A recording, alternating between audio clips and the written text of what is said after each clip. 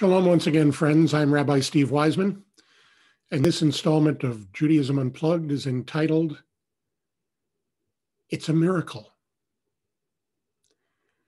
We're talking about the core story of the Jewish celebration of the winter season, Hanukkah, a minor festival that has become somewhat more significant in the real-time life of American Jews in the 21st century. This is one of several videos on Hanukkah. There's one about the December dilemma, the challenge of being Jewish and celebrating Hanukkah at this season of the year, particularly in America. There's this one on the core story and basic symbols. And there shall be one as well about the more complex and challenging, detailed story of Hanukkah that gives a great deal more to think about at this time of year as Jews and as non-Jews. That's worth knowing as well. But this, as I said, is the basic story of a minor festival that falls in the winter. Frequently confused erroneously with Christmas because of the overlap with the calendar. So let's deal with Hanukkah as Hanukkah. Hanukkah is a festival known as the Festival of Lights, also known as the Festival of Dedication or Rededication. The root of the Hebrew word Hanukkah is a word related to education or dedication. The Secretary of Education in Israel deals with chinuch, related to Hanukkah.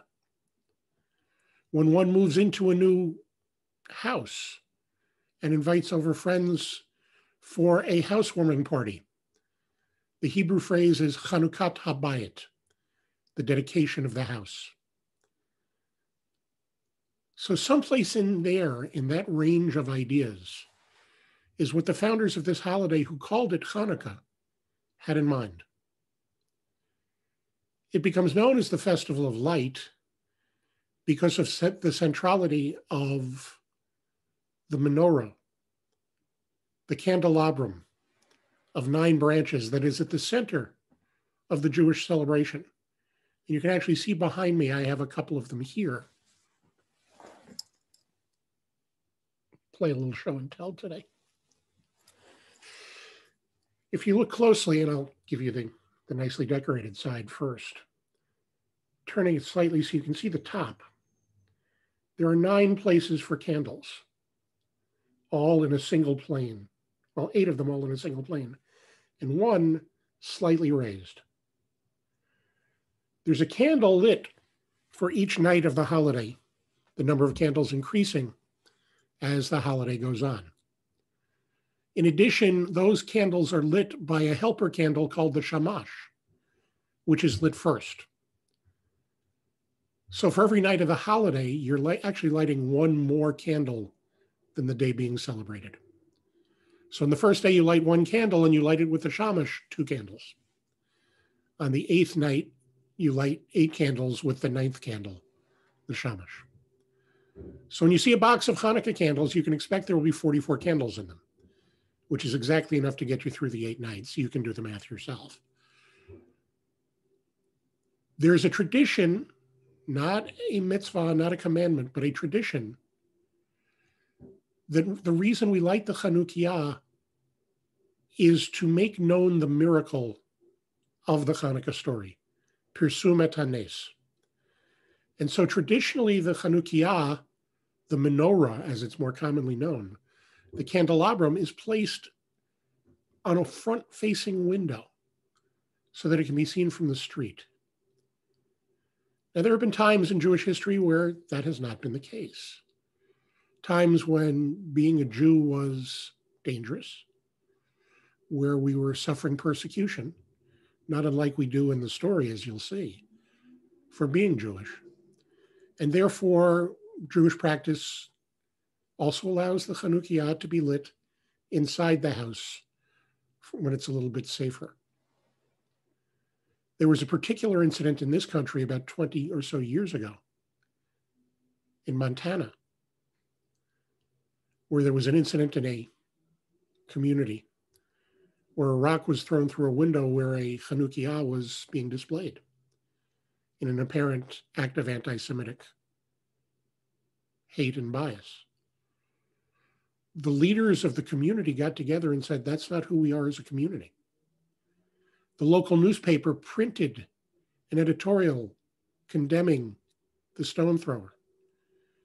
And at the bottom of the editorial, printed a picture of a menorah, of a Chanukiah, and encouraged everyone who did not have the ability to put a menorah in their window to paste that picture of a Chanukiah in their window in solidarity with the Jewish family who had been attacked.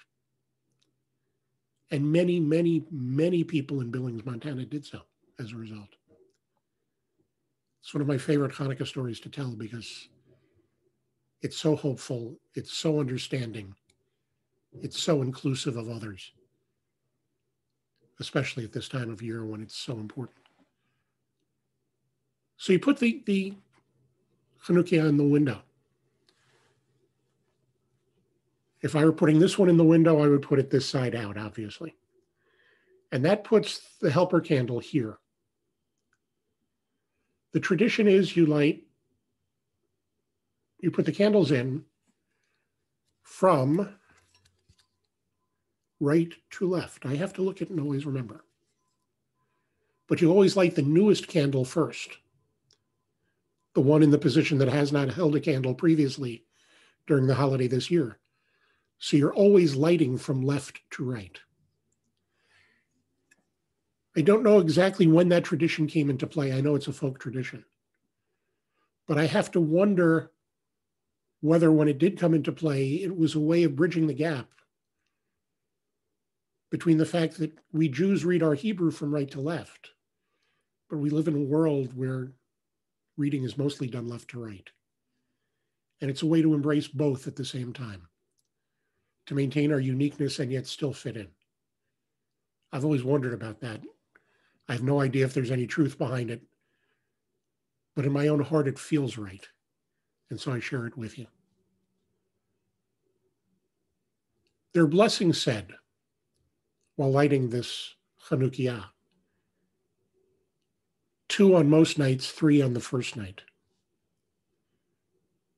And towards the end of this particular presentation, I'll share those blessings with you. The reason for the light, the reason for this being a holiday of light and of the desire to make known the miracle is because the celebration is a celebration of a great victory in defensive battle.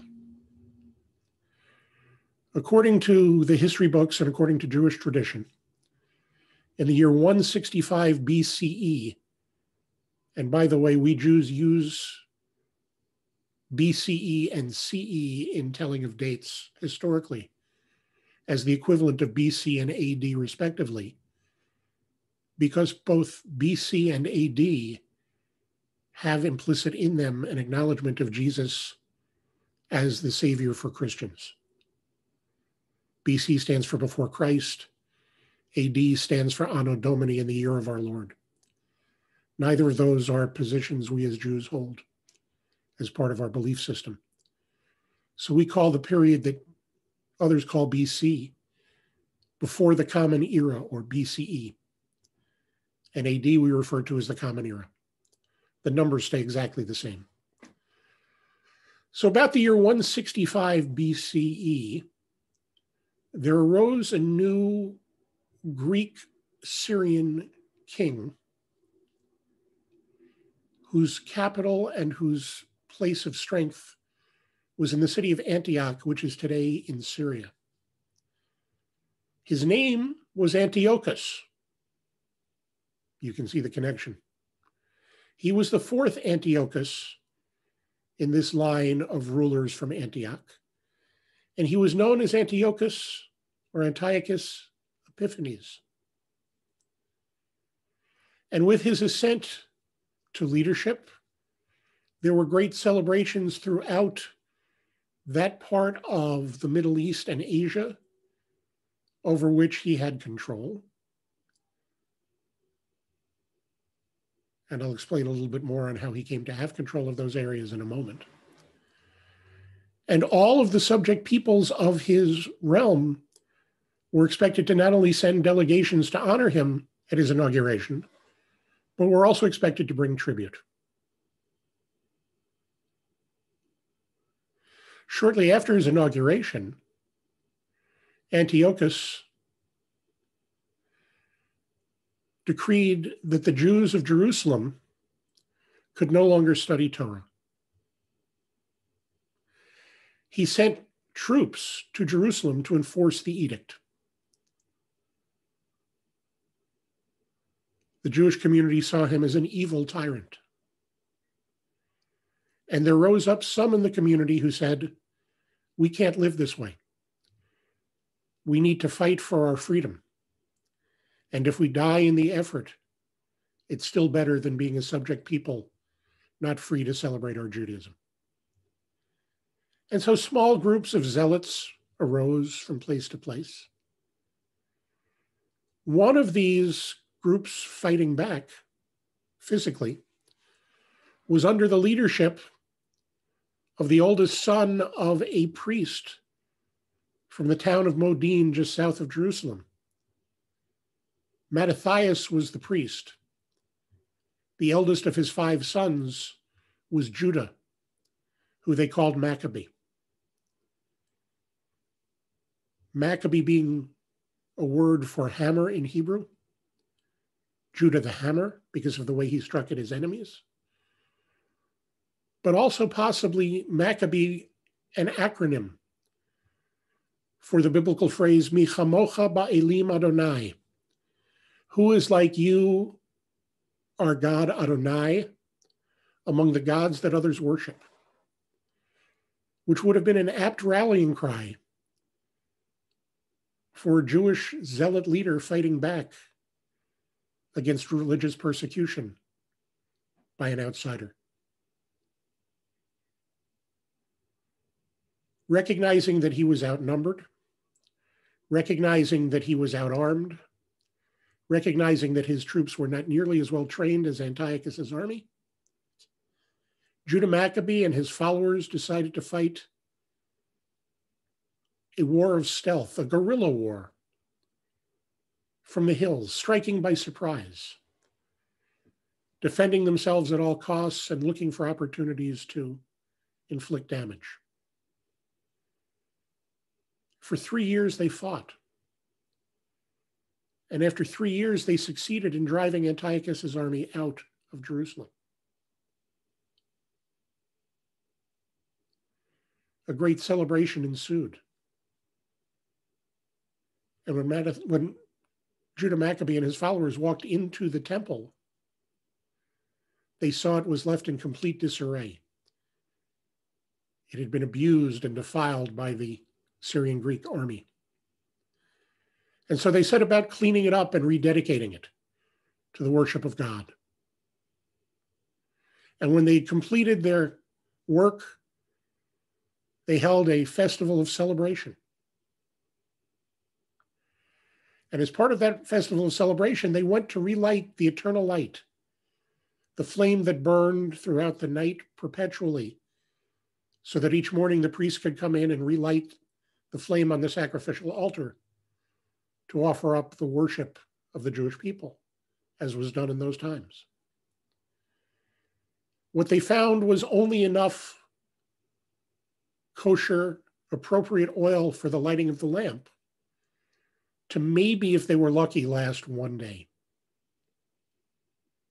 So they immediately sent out messengers hoping to find a quick, steady supply of more appropriate oil to keep the lamp lit, and hoped for the best. The oil that came in small containers. This side.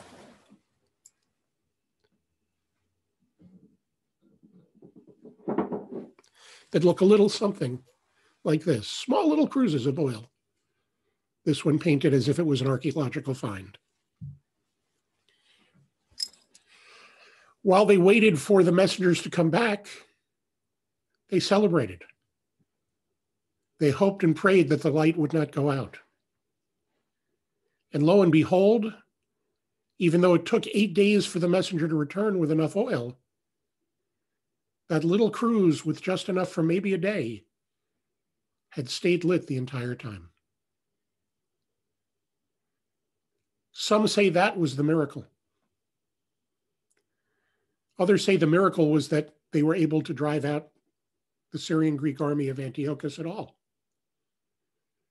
Either way, a great miracle had happened that became the centerpiece of the celebration of that victory and that rededication of the temple that came to be known as Hanukkah. That's the core story.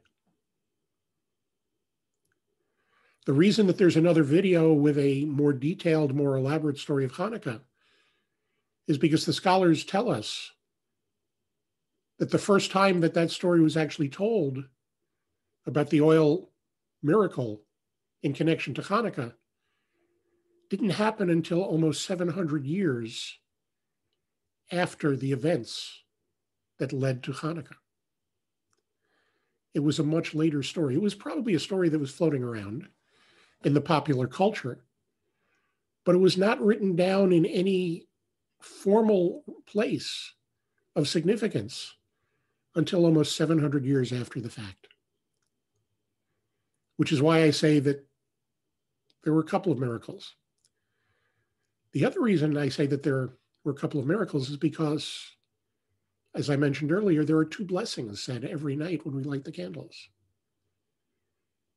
There are very few things that we do as Jews for which we say a blessing, where we routinely say 2 for a single event.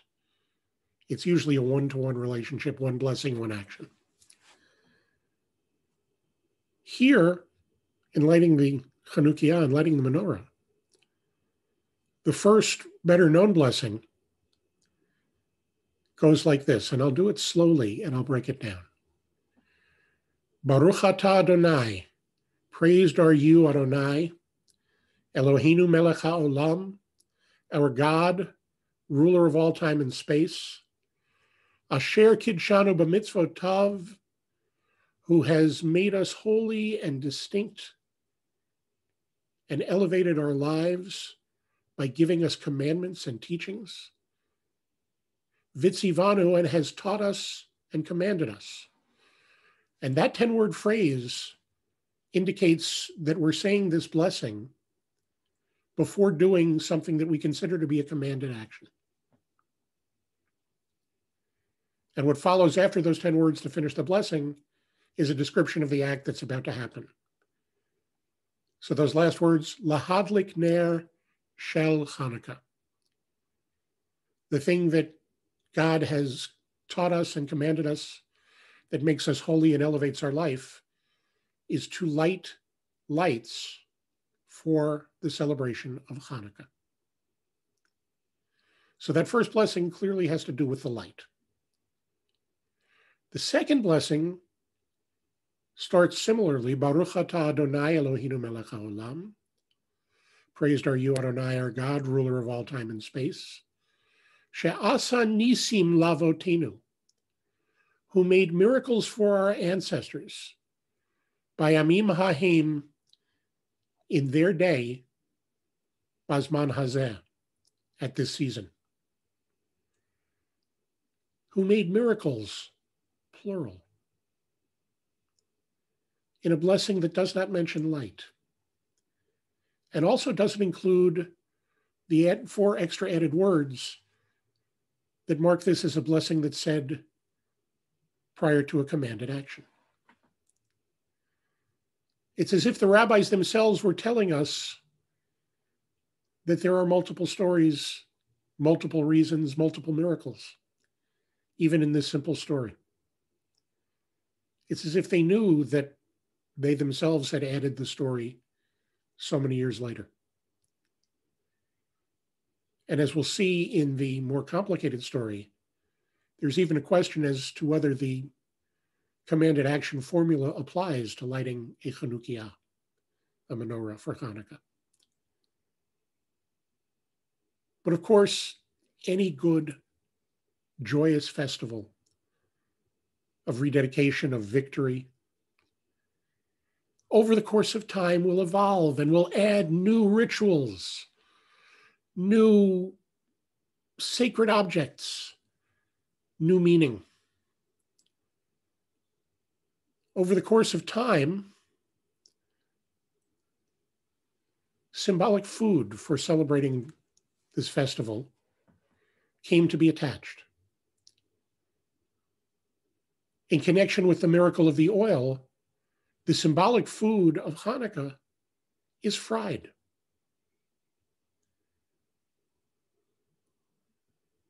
But interestingly, it depends on where in the world you come from as to what that symbolic food is. So for those Jews of Europe, the tradition became to fry potatoes mixed with onion in oil. We call them latkes. They're potato pancakes. Done right and simply, they're delicious. In the modern world of foodies, they are a great stepping stone to 100 different varieties of more complex and delicious variations on a theme. In the world of health-conscious eating, the oil is a little bit problematic. Today in our home, we don't deep fry like we used to. We do still make sure that they are baked with oil, recognizing the oil is significant. But in the Middle East and North Africa, where they did not know what a potato was, the Sephardic Jews developed their own traditional food for Hanukkah. It was the sufganiyah, the jelly-filled donut.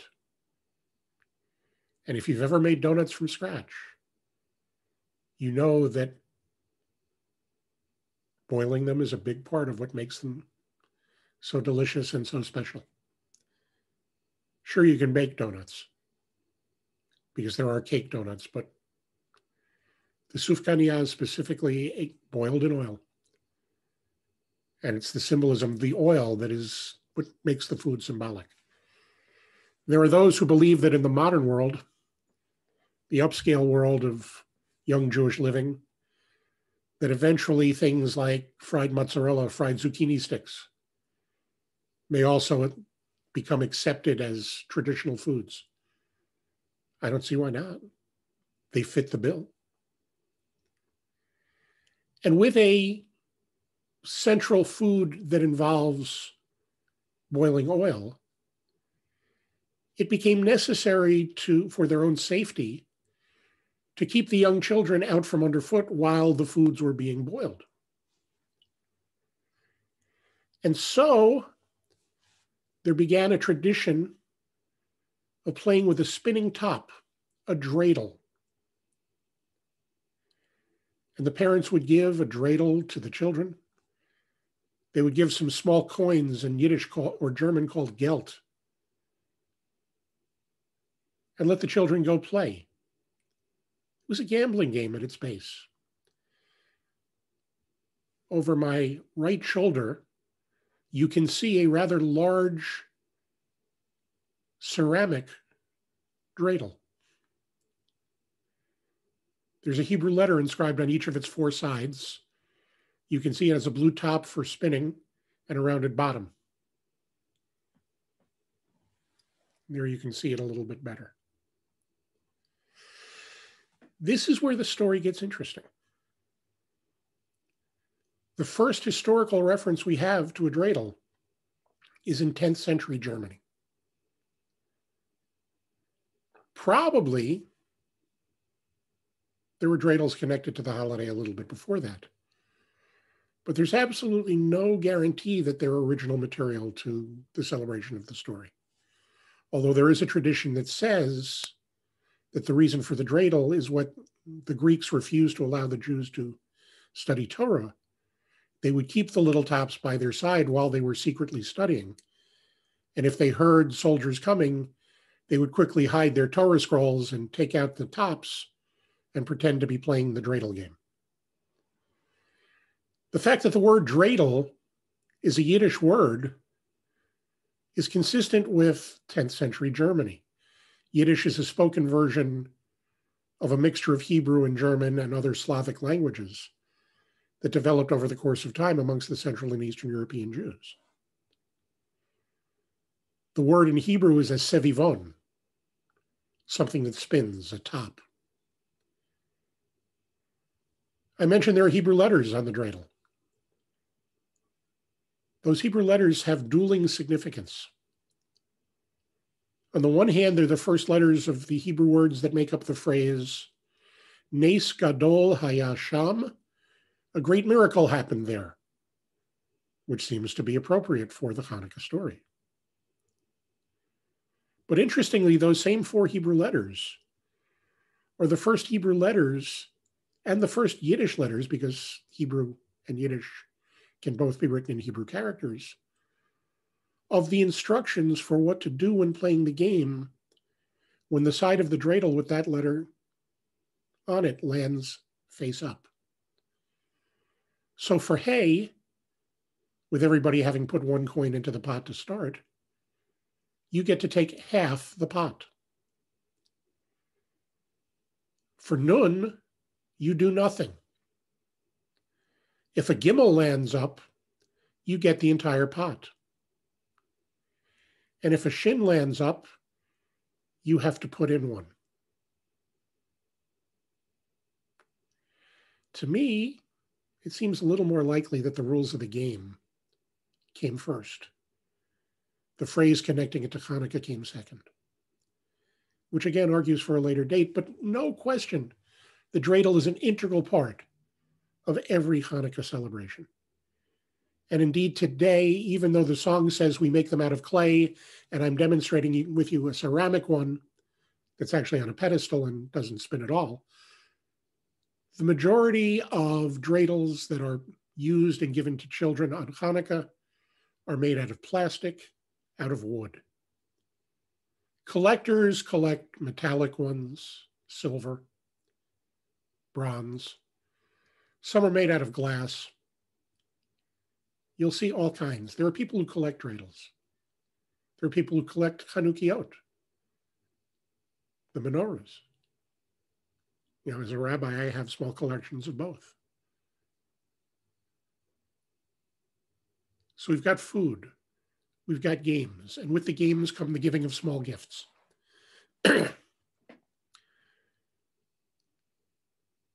If you listen to the core story, there really isn't a sense of a gift giving connected to this. I think the gift giving actually comes into it as the gelt, as part of the distraction of the young people. It's in America in modern times, particularly, where the giving of gifts on Hanukkah has become a much bigger deal. Sadly, I suspect because we're trying to compete with the commercialized Christmas around us.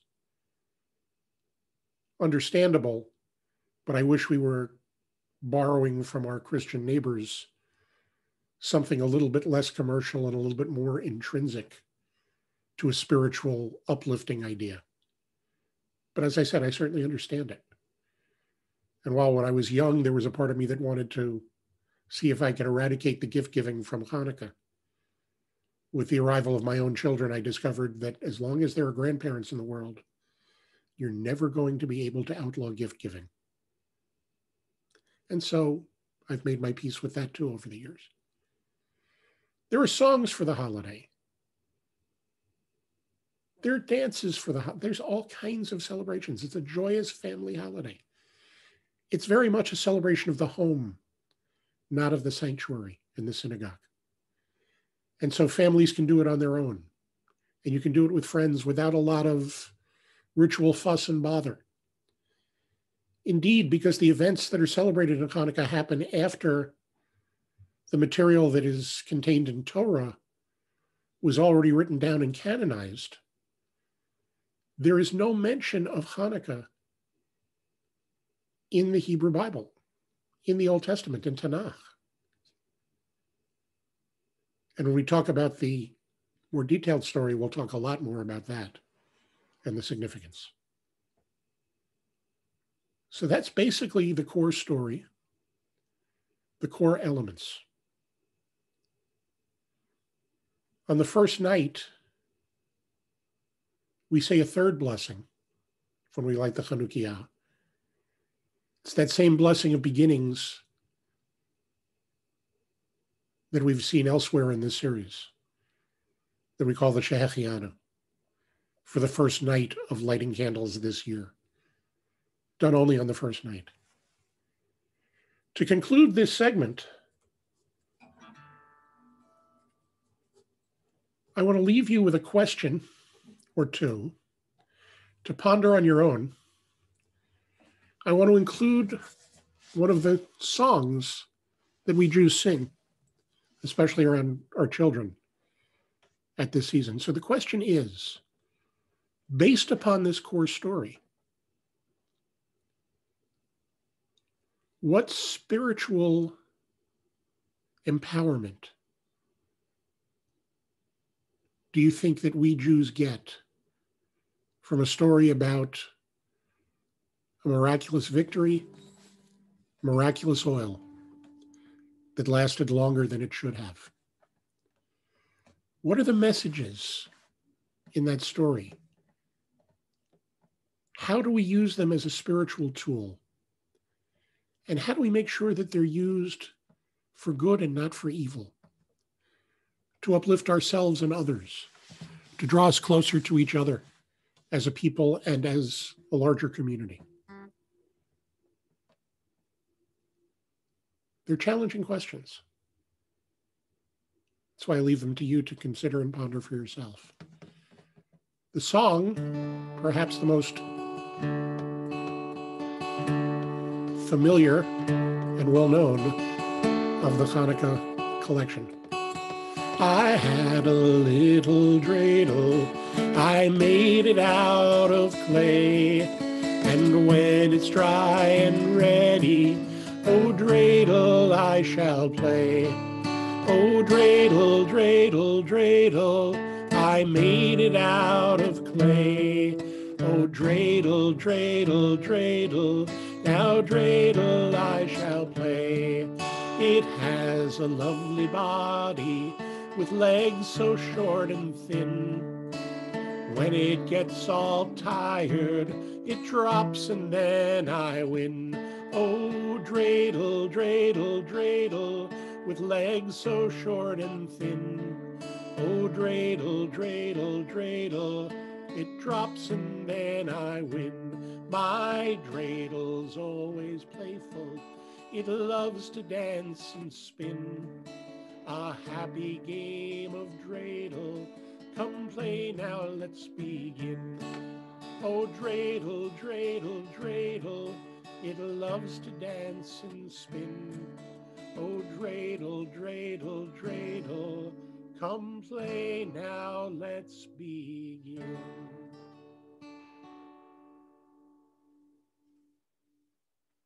So there's your basic story of Hanukkah, a minor holiday of growing significance in the Jewish community, a holiday of the winter season. Thank you for joining us once again. I bid you shalom until next time.